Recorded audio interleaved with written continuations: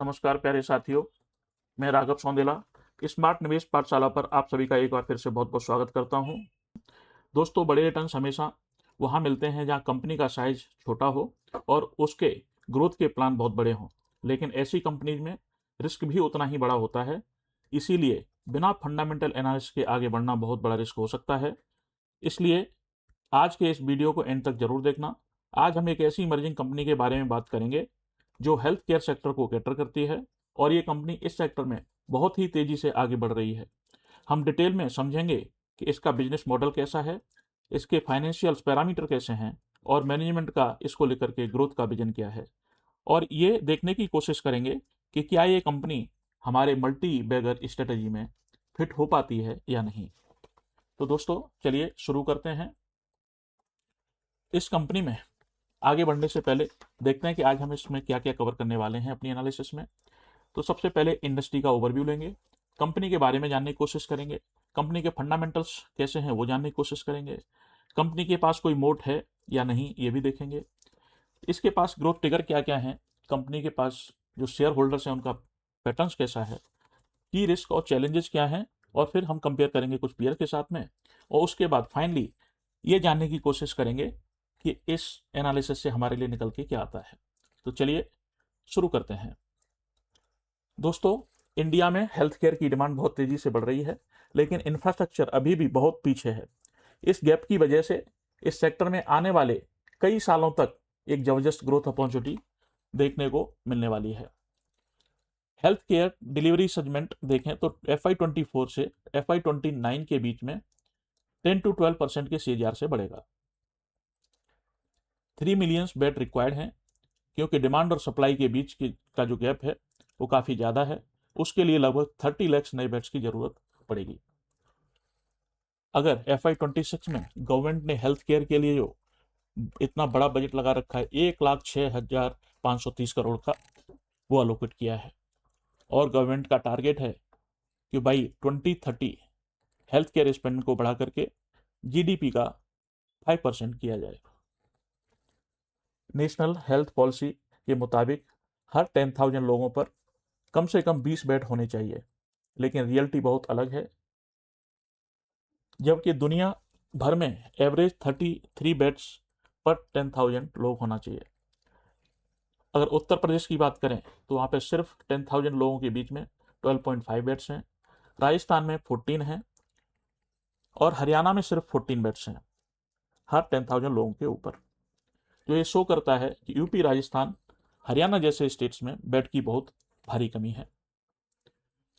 अगर demand drivers और long term growth visibility के बारे में बात करें तो इंडिया के हेल्थ केयर इकोसिस्टम में डिमांड बढ़ने के पीछे कई सारी स्ट्रक्चरल टेलविंड्स या पॉजिटिव फैक्टर्स काम कर रहे हैं। इसका मतलब है कि आने वाले समय में हॉस्पिटल सेक्टर के लिए ग्रोथ एकदम पक्की है। गवर्नमेंट की पॉलिसीज एंड पुशेस भी हैं, क्योंकि जो सेंट्रल गवर्नमेंट का जो हेल्थ से रिलेटेड जो सर्विसेज हैं उनका रेट 10 to 15% की दर से बढ़ रहा है। आयुष्मान भारत योजना के बारे में बात करें तो अब तक 40 करोड़ प्लस आयुष्मान कार्ड बन चुके हैं।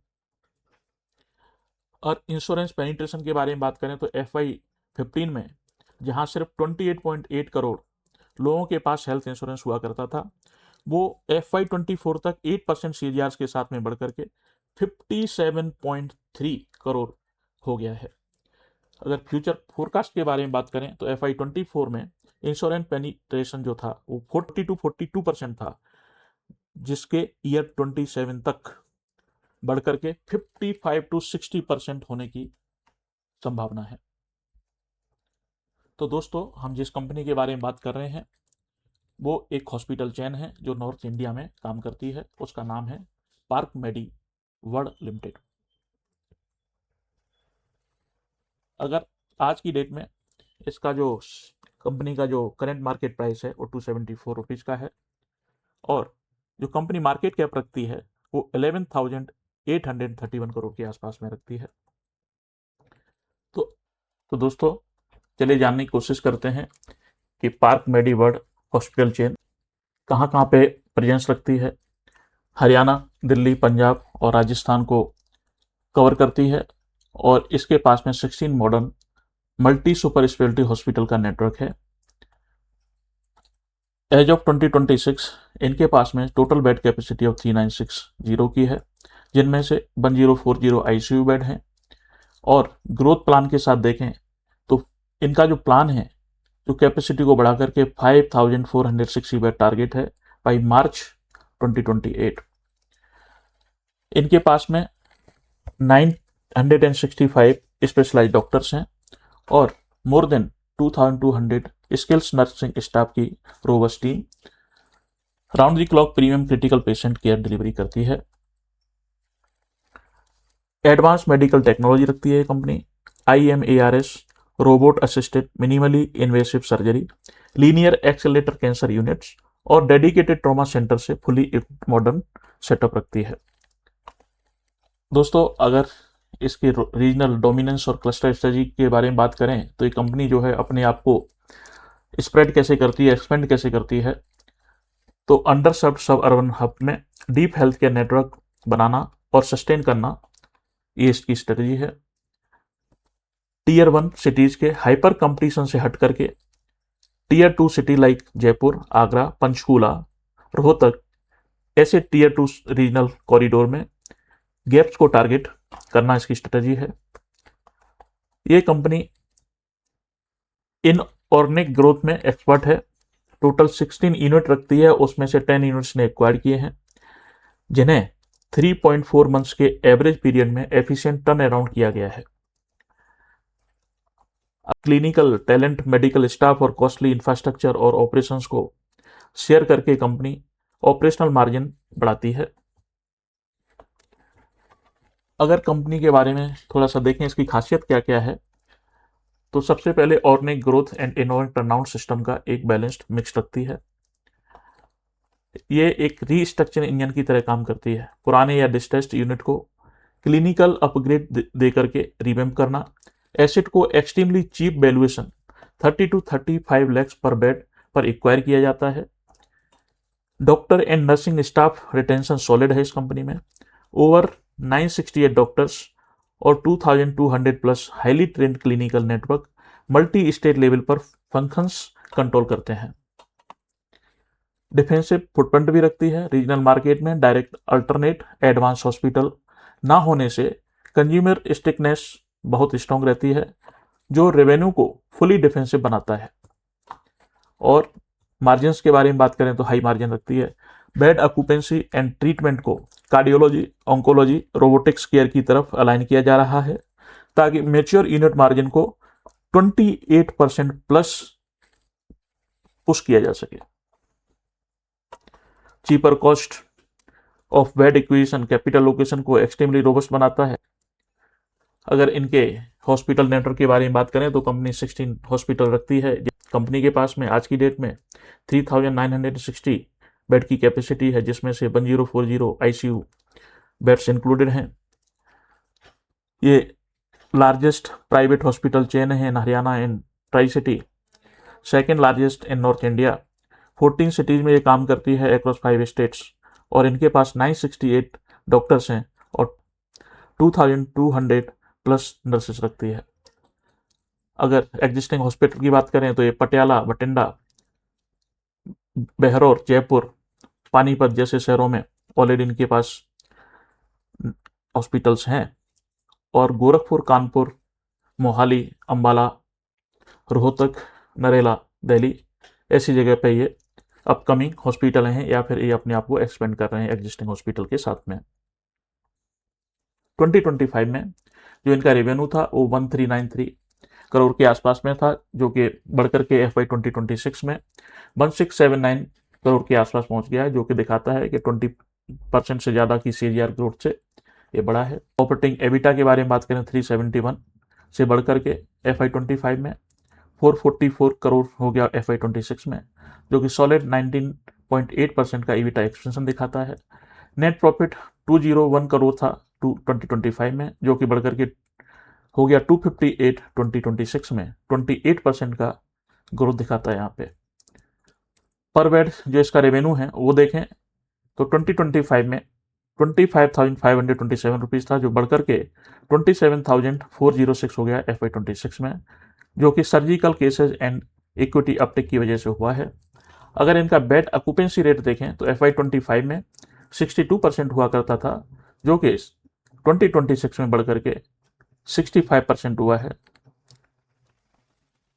अगर इसके फाइनेंशियल की रेशियोज के बारे में बात करें तो ROC जो 2024 में 18% हुआ करता था वो बढ़कर के 20% हो गया है। ROC की बात करें तो 19% होता था, तो वो अभी घट करके थोड़ा 18% हुआ है, क्योंकि कंपनी बहुत सारे या तो नए हॉस्पिटल खोल रही है या एक्सपेंड कर रही है। तो डिविडेंड डेज की बारे में बात करें तो 151 से घट करके 129 हो गया है, जो काफ़ी अच्छी बात है। करेंट रेशियो 1.7 से बढ़कर के 2.1 हो गया है, अच्छा है।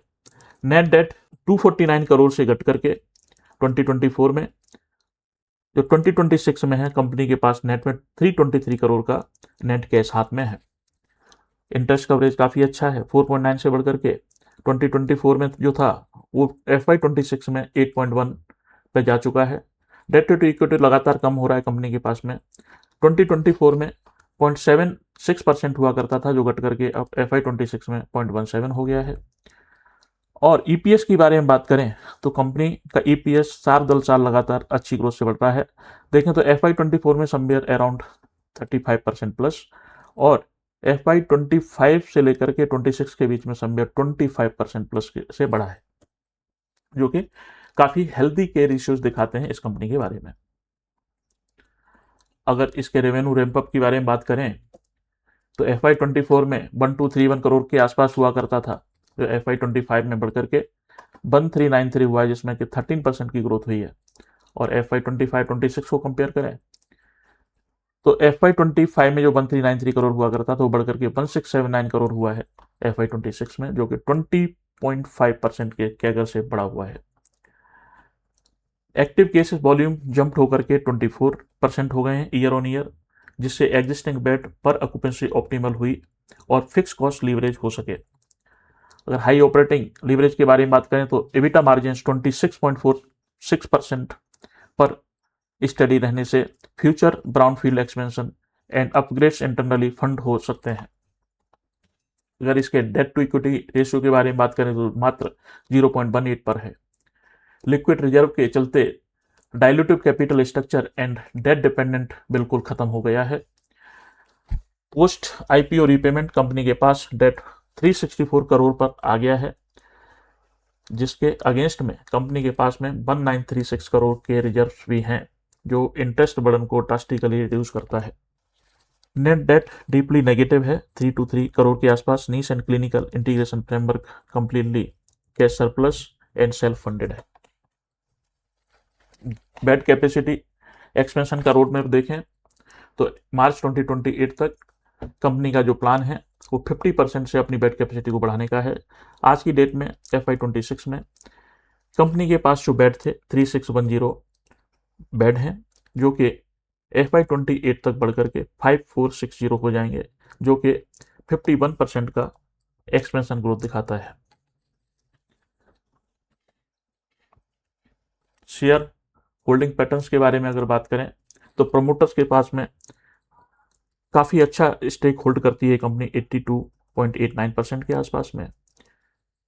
अगर FI के बारे में बात करें तो 0.82% के आसपास रखते हैं, DII अराउंड 9%, और पब्लिक के पास मात्र 4.54% की होल्डिंग है, और 10 के पास में 2.79%। कंपनी की अगर शेयर प्लेज के बारे में बात करें प्रमोटर्स का, तो कोई भी शेयर प्लेज नहीं है। अब मेन इंपॉर्टेंट पॉइंट्स है कि कंपनी में रिस्क और चैलेंजेस क्या हो सकते हैं। तो गवर्नमेंट स्कीम रिसीवेबल्स जो हैं CGHS और ECHS सेटलमेंट के लिए डिले की वजह से वर्किंग कैपिटल लूप एलोंगेशन होता है, 129 रिसीवेबल डेज के आसपास है, partially mitigated by propose 12 to 15% tariff revision in late FY26।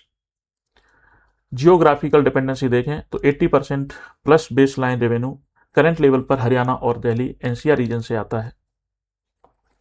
Valuation and projected ROIC देखें तो अपोलो और फोर्टेज जैसे नेशनल लीडर 55 मल्टीपल के ट्रेड हो रहे हैं, जबकि पार्क हॉस्पिटल केवल 41 से लेकर के 48 मल्टीपल पे काम कर रहा है, जो कि कंपेरेटिवली सस्ता है। Pricing discount with debt free growth balance sheet park hospital को क्लिनिकल टीयर स्ट्रक्चर कंपाउंडर बनाता है। अगर इसको कंपेयर करें अपने पीयर के साथ में, तो ग्लोबल हेल्थ जो जिसे हम मेदांता के नाम से जानते हैं, यथार्थ हॉस्पिटल, फोर्टिस हेल्थ केयर और अपोलो हॉस्पिटल के साथ में कंपेयर कर सकते हैं। अगर आरओसी देखें तो इन सब में सबसे बढ़िया जो आरओसी निकल के आता है वो पार्क मेडीवर्ल्ड का ही आता है। मतलब ये कंपनी सबसे ज़्यादा एफिशिएंटली काम करती है।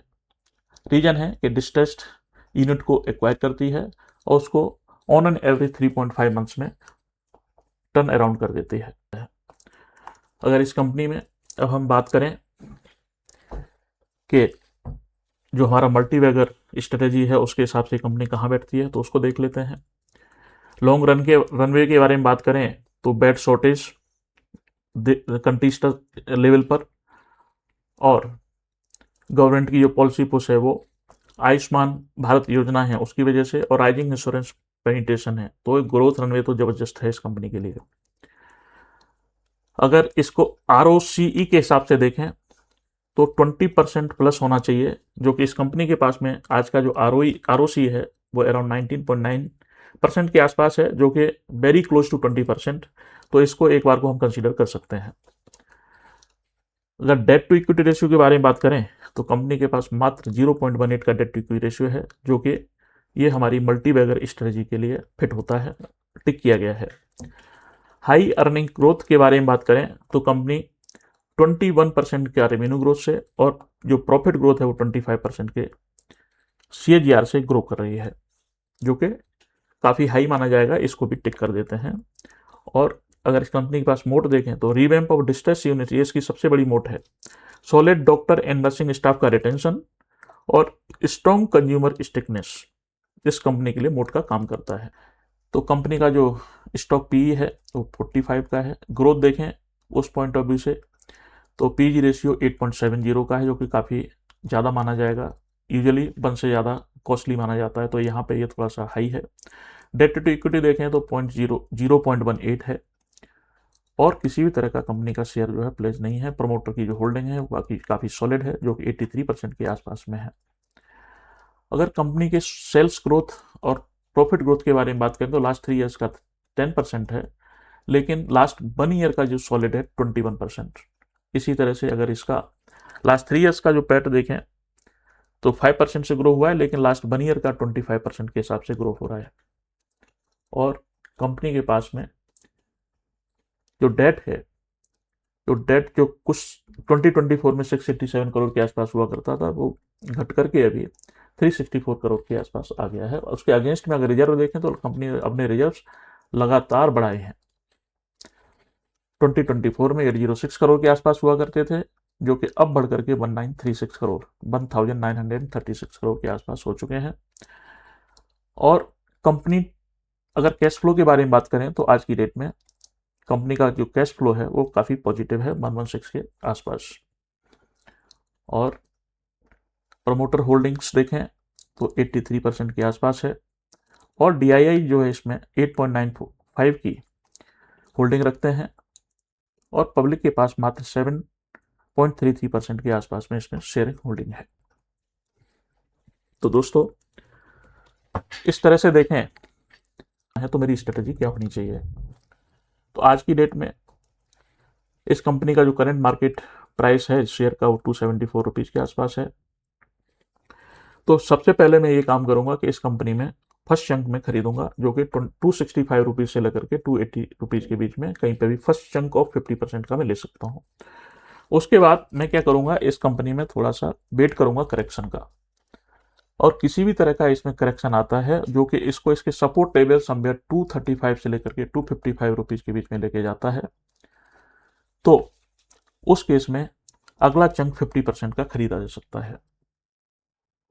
तो इस तरह से इस कंपनी में पोजीशन ली जा सकती है। तो दोस्तों आप क्या सोचते हैं इस कंपनी की एनालिसिस के बारे में? जैसा कि हमने वीडियो के शुरू में बात की थी कि छोटी कंपनी में रिटर्न्स बड़े बनते हैं, लेकिन रिस्क भी उतना ही बड़ा होता है। आज का एनालिसिस देखकर आपको समझ में आ गया होगा कि इस कंपनी में कितना पोटेंशियल है और कहाँ पर रिस्क है। लॉन्ग टर्म वेल्थ वही इन्वेस्टर बना पाता है जो पेशेंस रखता है और रिसर्च पर भरोसा रखता है। अगर आपको हमारी ये कोशिश पसंद आई है तो वीडियो को अपने दोस्तों के साथ शेयर जरूर करें। चैनल पर नए आए हैं तो सब्सक्राइब करें। मैं राघव सौंदेला मिलूंगा आपसे अगले वीडियो में स्मार्ट निवेश पाठशाला पर। तब तक के लिए आप अपनी हेल्थ और वेल्थ दोनों का ध्यान रखिए। दोस्तों, ये वीडियो सिर्फ और सिर्फ एजुकेशन पर्पज के लिए है। इसमें कोई भी बाई या सेल रिकमेंडेशन नहीं दी गई है। स्टॉक मार्केट में रिस्क हमेशा होता है, इसलिए कोई भी इन्वेस्टमेंट करने से पहले अपनी खुद की रिसर्च जरूर करें या अपने फाइनेंशियल एडवाइजर के साथ में कंसल्ट जरूर करें। बहुत बहुत धन्यवाद।